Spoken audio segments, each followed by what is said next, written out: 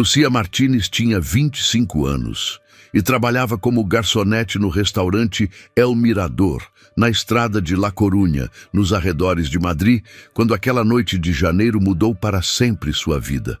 A tempestade de neve mais violenta dos últimos 50 anos havia bloqueado a rodovia, prendendo centenas de veículos no frio mortal, entre eles 15 limusines pretas que transportavam alguns dos homens mais ricos da Espanha a caminho de uma cúpula econômica exclusiva na Serra. Desesperados e congelados, entraram no pequeno restaurante onde Lucia estava fechando, pedindo refúgio.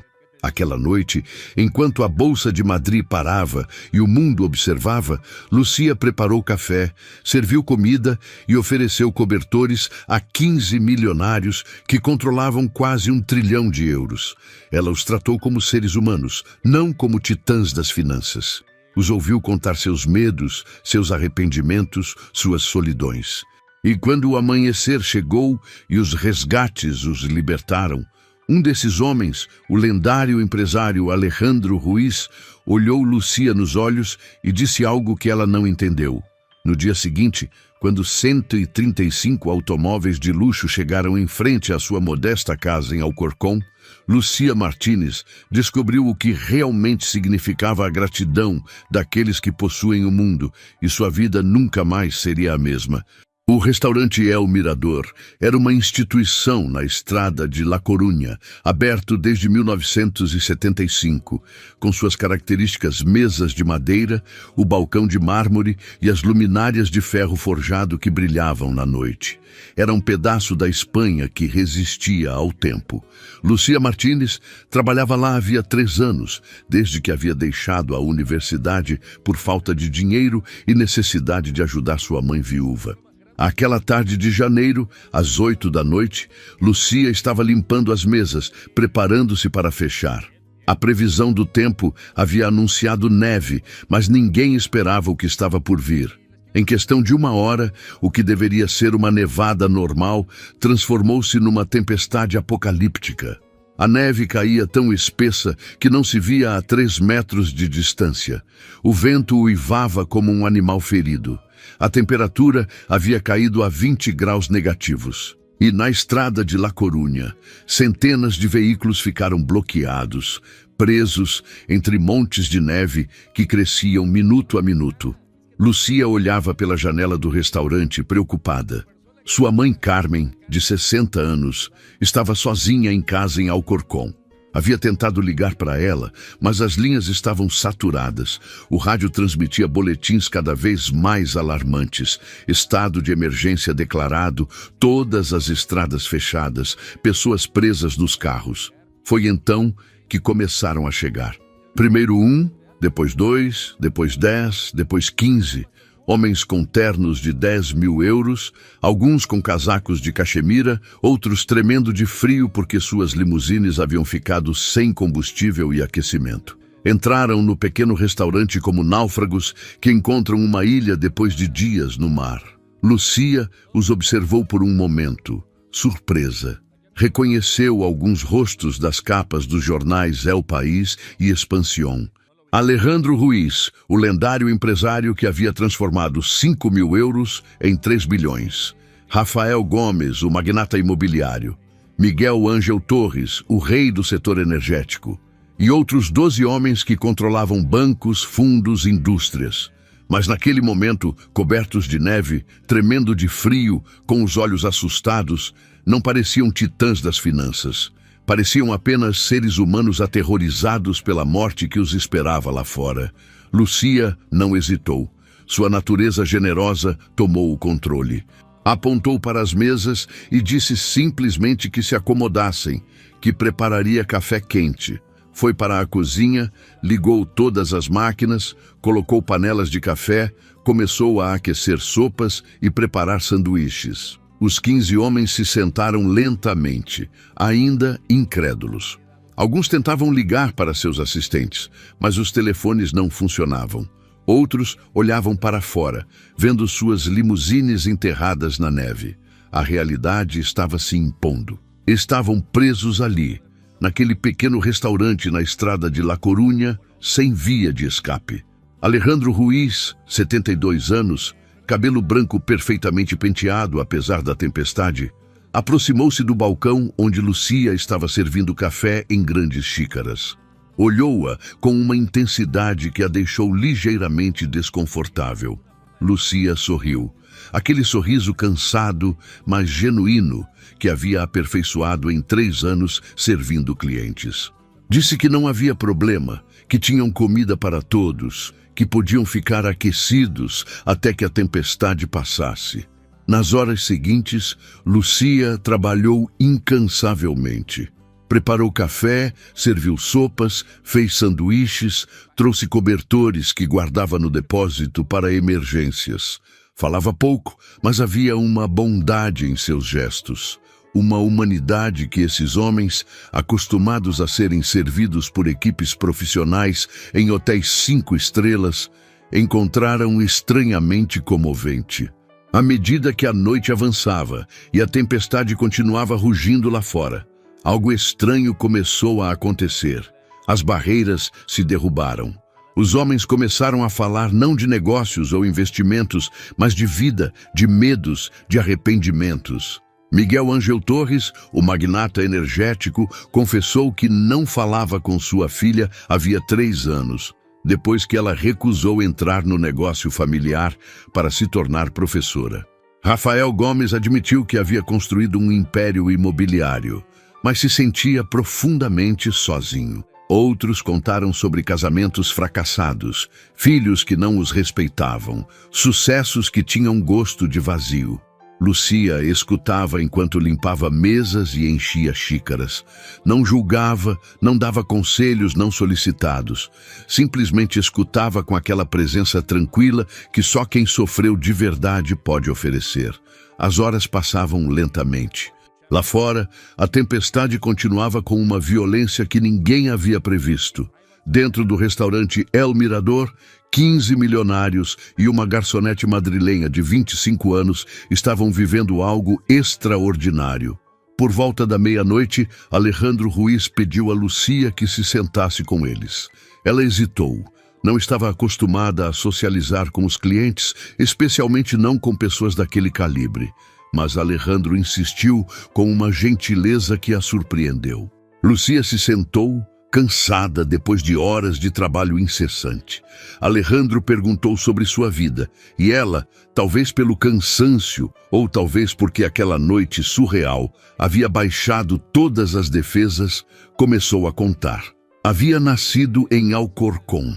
Havia estudado 2 anos de economia na Complutense antes de ter que abandonar por falta de dinheiro. Seu pai havia morrido quando ela tinha 16 anos, deixando sua mãe com dívidas. Lucia trabalhava em turno duplo para ajudar a pagar o aluguel.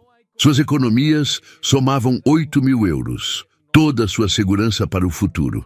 Falou sem autopiedade, apenas expondo os fatos de sua vida. Os homens escutavam em silêncio. Para eles, 8.000 euros era o equivalente a alguns minutos de juros sobre seus investimentos, mas viam em Lucia algo que haviam perdido há muito tempo: dignidade na simplicidade, satisfação apesar da luta. Rafael Gomes perguntou por que ela não havia procurado um trabalho melhor. Com sua ética de trabalho, poderia ter feito carreira. Lucia sorriu e disse que o restaurante era seu lar, os clientes habituais, sua família estendida. Nem todos mediam o sucesso em euros. Essa resposta ficou suspensa no ar. Miguel Ângelo Torres, que possuía 3 jatos particulares e não havia voado comercial nos últimos 20 anos, percebeu repentinamente o quão vazia era sua existência. Tinha tudo, exceto o que aquela mulher tinha: paz interior, propósito, conexão genuína com outros seres humanos. Por volta das 3 da manhã, a conversa se tornou mais profunda. Alejandro Ruiz, o homem que havia construído um império financeiro através de decisões implacáveis, confessou algo que nunca havia dito a ninguém. Seu filho havia se suicidado 10 anos antes. Havia deixado uma carta dizendo que sentia que nunca poderia estar à altura das expectativas de seu pai, que preferia morrer a continuar decepcionando. Alejandro chorou. Um homem de 72 anos que controlava bilhões chorou num restaurante diante de desconhecidos e de uma garçonete madrilenha. Lucia pegou sua mão. Não disse nada, simplesmente permaneceu ali com ele em sua dor. Outros começaram a compartilhar suas cargas. Divórcios amargos, traições, culpas por terem negligenciado famílias em nome do sucesso. A solidão profunda que vem de estar rodeado de pessoas que te querem apenas por seu dinheiro. Lucia escutava tudo e então, com a sabedoria de quem realmente viveu, disse algo que ressoaria naquelas mentes para sempre. Diz que o dinheiro pode comprar conforto, mas não pode comprar tempo, não pode trazer de volta os momentos perdidos. Não pode curar relacionamentos quebrados se não houver vontade de ser vulnerável, de admitir erros, de colocar o amor antes do ego. Por volta das 5 da manhã, a tempestade finalmente começou a se acalmar. As equipes de resgate estavam lentamente liberando a estrada de La Coruña. Os telefones começaram a funcionar esporadicamente. Os assistentes dos milionários organizavam resgates, novas limusines, helicópteros, assim que fosse possível. Mas antes de partir, Alejandro Ruiz aproximou-se novamente de Lucia. Do bolso interno de sua jaqueta, tirou um cartão de visita e o colocou sobre o balcão. Disse que se algum dia ela precisasse de algo, qualquer coisa, deveria ligar para aquele número. Lucia sorriu, pensando que era apenas uma cortesia formal. Não tinha ideia do que estava prestes a acontecer. Lucia voltou para casa em Alcorcón por volta do meio-dia, exausta. A neve finalmente havia parado, mas a cidade estava paralisada. Sua mãe Carmen a esperava preocupada. Havia passado a noite angustiada, sem poder contatar sua filha. Lucia contou sobre a noite estranha, sobre os milionários presos no restaurante. Carmen escutava incrédula. Sua filha havia passado a noite com alguns dos homens mais ricos da Espanha. Parecia uma história absurda, mas conhecia sua filha. Ela não mentia. Lucia foi dormir pensando que tudo havia terminado. Havia sido uma noite surreal, mas agora a vida voltava ao normal. Ou pelo menos era o que pensava. No dia seguinte, terça-feira pela manhã, Lucia acordou por volta das 10, preparou um café, olhou pela janela para a neve que ainda cobria a rua, então ouviu um barulho estranho. Motores. Muitos motores. Olhou para fora e ficou paralisada. Sua pequena rua residencial em Alcorcón estava invadida por automóveis. Não eram automóveis quaisquer. Bentley, Rolls-Royce, Tesla de luxo, Mercedes classe S, até algumas limusines. Os contou enquanto seu coração batia cada vez mais forte. 10, 20, 50, 100 continuavam chegando. 135 automóveis. Contou finalmente Carmen, que havia saído incrédula. 135 veículos de luxo estacionados numa rua de Alcorcón, onde a maioria das pessoas dirigia Seat e Renault de 10 anos. Os vizinhos haviam saído de suas casas, olhando a cena como se extraterrestres tivessem aterrissado. Então, dos automóveis, começaram a descer pessoas. Motoristas uniformizados abrindo porta-malas, assistentes com pastas, homens e mulheres com ternos elegantes. Lucia saiu de casa tremendo, envolta num roupão, completamente confusa. Um homem de terno cinza se aproximou com um sorriso profissional. Explicou que os 15 milionários que ela havia ajudado na noite da tempestade haviam decidido unanimemente demonstrar sua gratidão. Cada um havia enviado uma equipe com presentes, doações e oportunidades. Os 135 automóveis representavam as equipes dos 15 homens, mais seus diversos assistentes e fornecedores de serviços. Lucia sentiu as pernas cederem. Carmen teve que ampará-la. Nos minutos seguintes, o cenário se tornou ainda mais surreal. Os assistentes começaram a descarregar dos veículos caixas de todas as dimensões, envelopes elegantes, até móveis. O jardim em frente à casa de Lucia se transformou numa espécie de mercado do luxo. Alejandro Ruiz, em pessoa, desceu de um Rolls Royce preto. Aos 72 anos, com seu casaco de cachemira e sua presença imponente, parecia fora de lugar naquela rua de classe trabalhadora. Mas seu sorriso era genuíno quando viu Lucia. Disse que a noite no restaurante havia sido uma das experiências mais significativas de sua vida. Ele e os outros haviam conversado durante horas depois de serem resgatados. Haviam decidido que queriam fazer algo, não para expiar culpas ou para se sentirem melhor, mas porque aquela mulher merecia saber que sua bondade havia tido um impacto. Lucia chorava agora, sobrecarregada. Tentou dizer que não era necessário, que só havia feito o que qualquer um teria feito, mas Alejandro negou com a cabeça. Não qualquer um.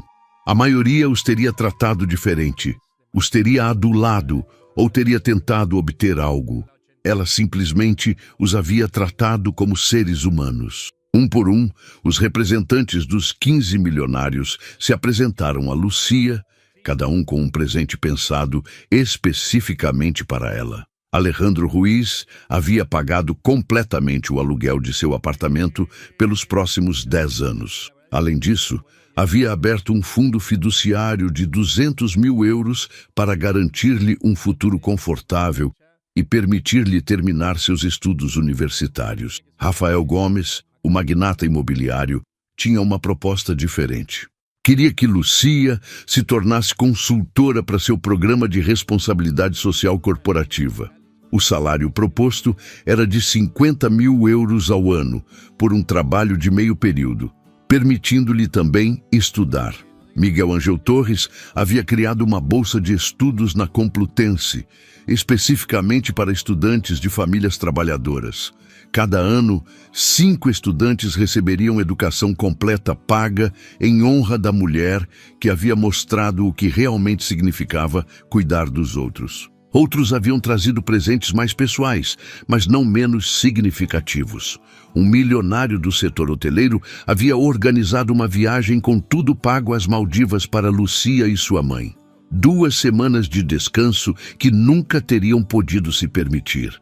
Outro havia doado 50 mil euros diretamente à paróquia de Alcorcón, onde Carmen era voluntária. Mas o presente mais comovente veio do homem mais jovem do grupo, um trintão que havia feito fortuna com startups tecnológicas. Havia descoberto que Lucia amava fotografia, um hobby que havia tido que abandonar porque não podia pagar o equipamento. Havia trazido uma câmera profissional completa, lentes, tripé e havia pagado 1 ano de curso de fotografia com um artista reconhecido. Lucia estava avassalada, chorava, ria. Não podia acreditar que tudo aquilo fosse real. Os vizinhos haviam saído para a rua, olhando incrédulos. A senhora Lopes da casa em frente chorava de alegria por Lucia. O velho senhor Garcia aplaudia. Mas Lucia, no meio de toda aquela generosidade, fez algo que surpreendeu a todos. Virou-se para Alejandro Ruiz e pediu para falar em particular.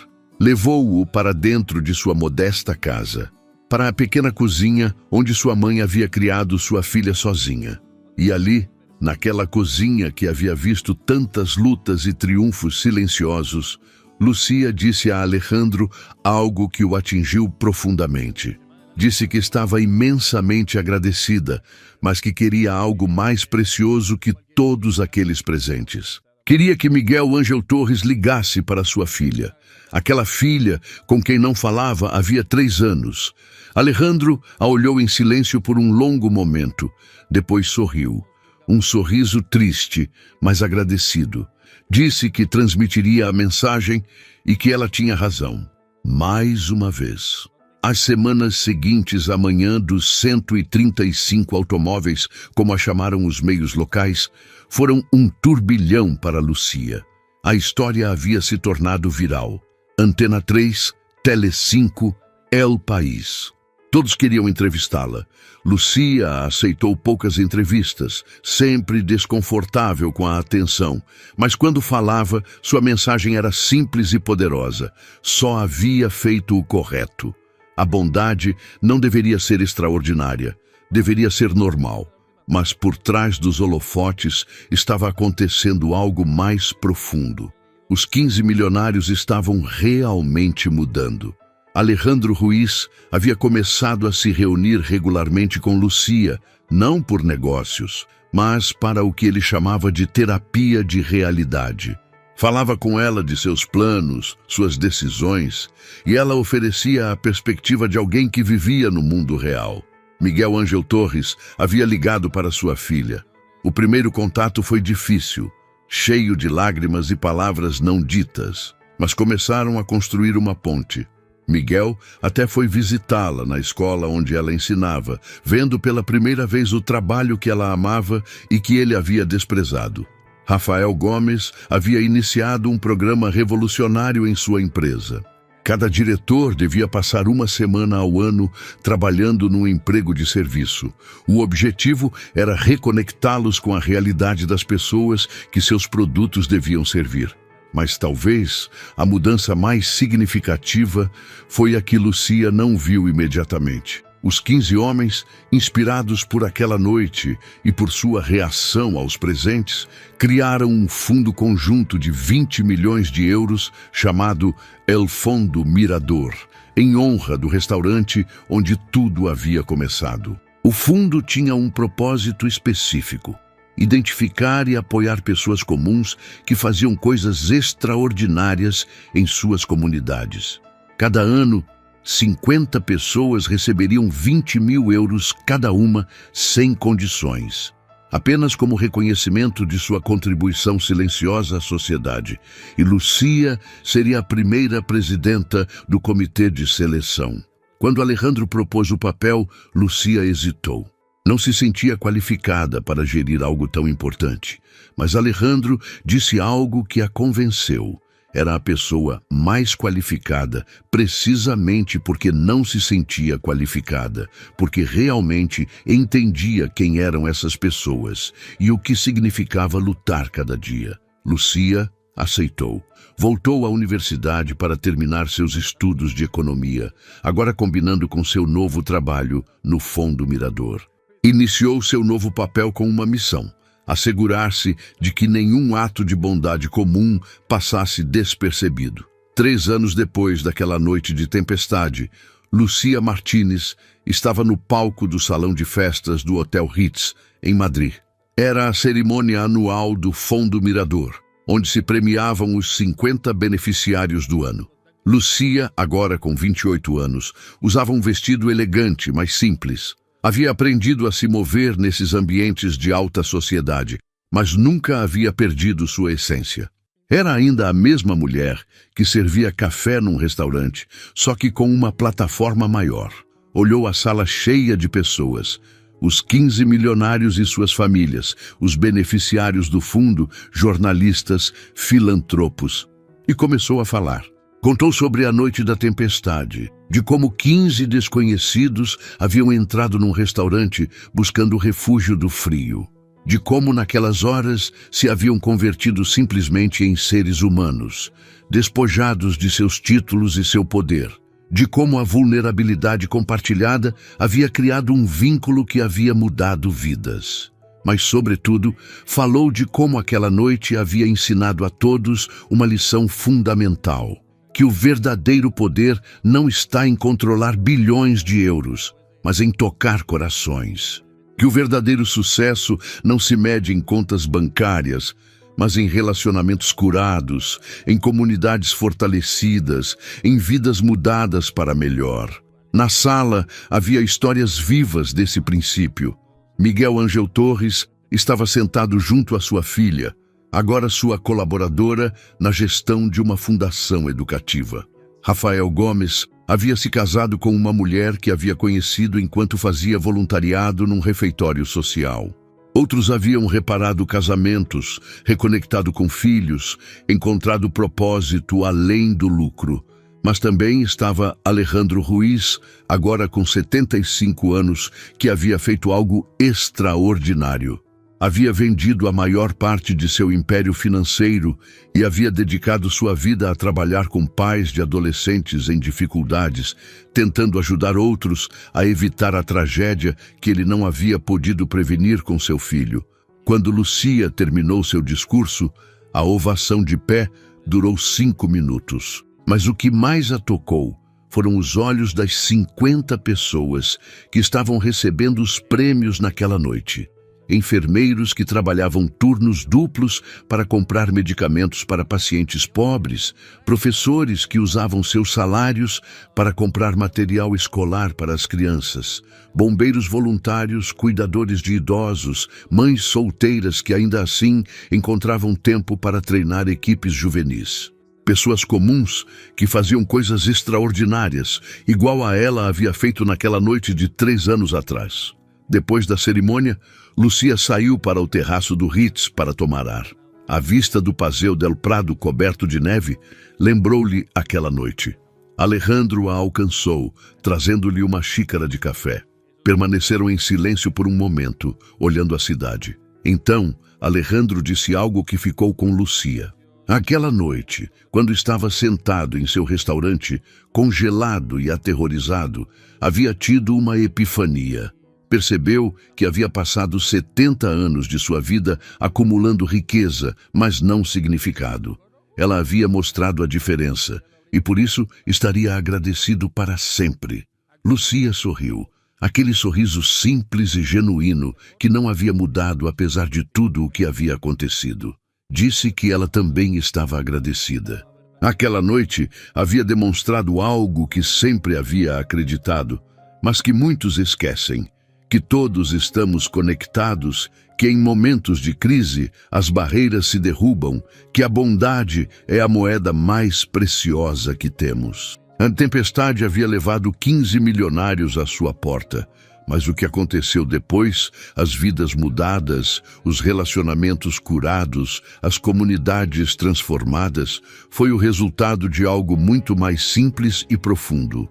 A escolha de ver as pessoas como pessoas, não como títulos ou números. Os 135 automóveis que chegaram aquele dia a Alcorcón não eram apenas um gesto de gratidão, eram um reconhecimento, uma admissão de que a verdadeira riqueza não se mede em carteiras, mas em caráter, e que às vezes é necessária uma tempestade para nos lembrar disso. Às vezes, é necessária uma tempestade para despojar as pessoas de suas máscaras e revelar quem realmente são. E às vezes tudo o que é necessário para mudar o mundo é uma xícara de café, servida com bondade a quem mais precisa. Sí, estás, Freddy, con gusto. Hobbit, cuando puedas, métele el brazo. Intercepción se la tiene en blanco con eso, pero el bruiser dorado es un test top. Miembros, sobrecito por ganar la copa de los pesos pesados 2 veces. Vamos a darle. No incluye héroes ni iconos. Bueno, y al parecer no incluye una carta top tampoco.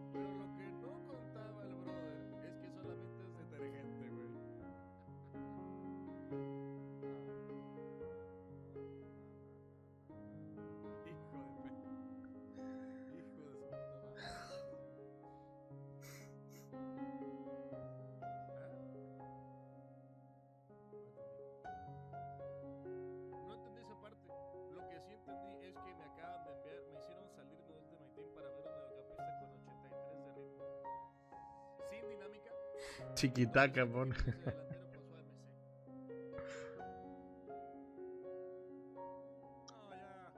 Yo porque quiero, bueno, al menos me salió del Barça bueno. El equipo que no golean 4-0, el femenino es el mejor.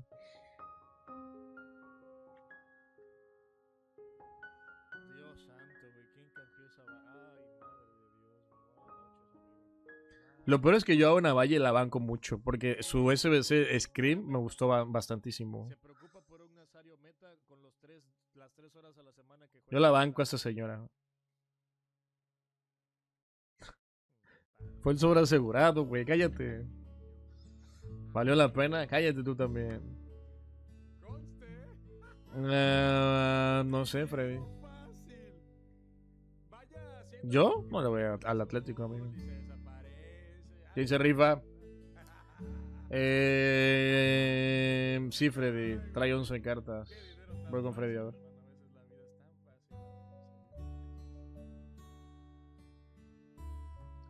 Puedes decir, por lo menos da química con mi Pajori Hansen Totti. No. Jamás me burlaría yo. Tú tienes que entender una cosa, Campus. Este canal siempre busca fomentar la paz, la tranquilidad. Jamás buscaría yo burlarme. La humildad tiene que estar presente en el canal, amigo. ¿Sabes? O sea, yo no voy a caer en tu provocación para que provoque. Yo no. Yo no, amigo. Entonces te invito a cambiar. Te invito a la iniciativa humildad. Te invito, amigo. ¡Ey! ¿Cómo llegó eso ahí? Espérenme, dejen loquito. ¡Ay, ay, ay! ¡Ay, ay, ay! Espérame. ¡Ay, ay, ay, ay, ay! Ah, ya, perdón, perdón. Ya, ya. Ay, amigo. Ay, perdón, es que el pulso. El pulso, amigo, el pulso, güey. ¿Eres Charlotte? No, eres Freddy, ¿va? 0, 19. ¿Contenido y clasificatorio?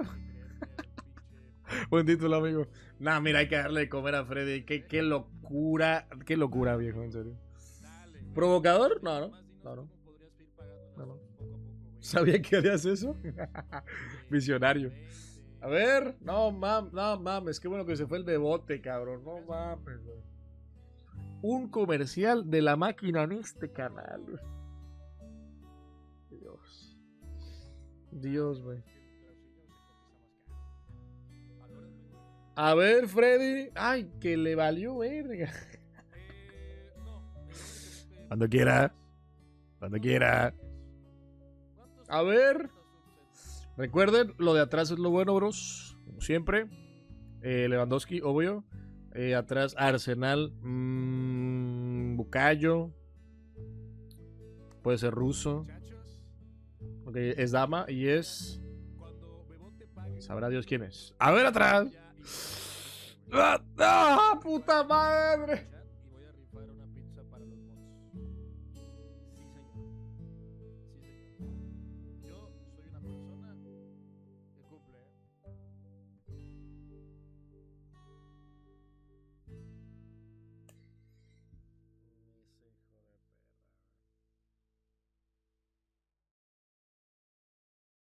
Es el día del amor y la amistad, güey. No voy a caer en provocaciones, güey. Ya, basta. No, provocadores de mierda, güey. Freddy es un provocador de mierda, amigo. Freddy es un provocador, güey. Freddy es un provocador, güey. Freddy es un provocador, cabrón.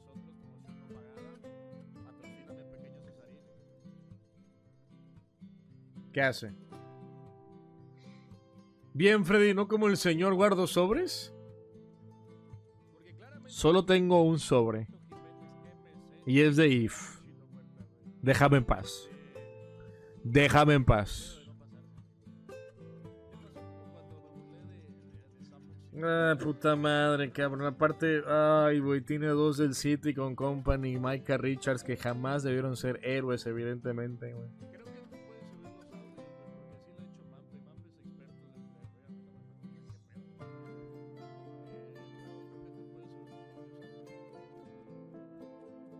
Bien, Freddy, gracias por provocarme, amigo. Ah, raya. No mames, hermano. Mejor De Gea. No, De Gea ya no es el Premier. Y, güey. Oye, ¿sí un portero de Premier decente? No hay, ¿verdad? Gracias por compartir, provocador de mierda.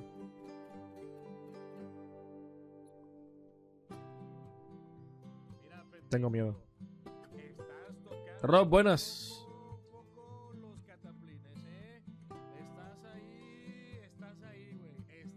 Nazario el viernes y ya. No está mal, No está nada mal, de hecho, güey. ¿Ni sobre? Provocador de mierda, güey. A la madre, me distraigo un segundo y me mandaron más. Les doy la mano y me agarran el pito. ¿Qué les pasa, güey? No mames. Oye, güey, no quiero ya ver plantillas, ¿cómo ven? No, no, no mames, güey.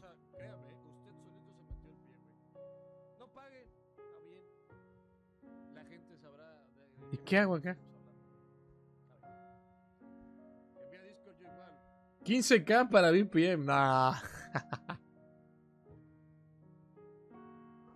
No, amigo, juegue, cabrón, juegue, no mames. 1.300.000 de presupuesto, Rice y Yashi intransferibles. 1.300.000 más Rice. Ah, pero a ver, Rice, amigo. Ah, ok, no es premio. Ah, bueno. ¿Veis que es lo mismo? ¿Qué haces aquí, cabrón? Tienen un puto equipazo. Güey, tienen un puto equipazo, cabrón. No, y Griezmann en banca. Bueno, y es que ¿dónde lo pones? ¿Y dónde chucha lo metes, cabrón? No mames. No, Maradona en banca, Dios mío, güey. Vaya puto terrorismo de este cabrón, güey.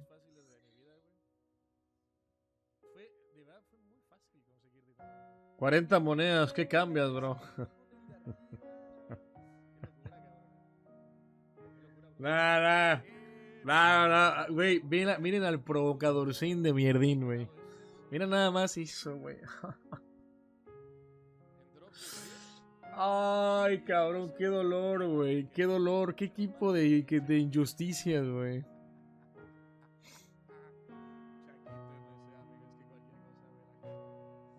Chiellini y Van de Ven evolución. Marcelito y el señor Maika. No mames. Con calma, hermano. Si quieres, divídelo en quincenas. 10 ahorita, 10 en la otra quincena.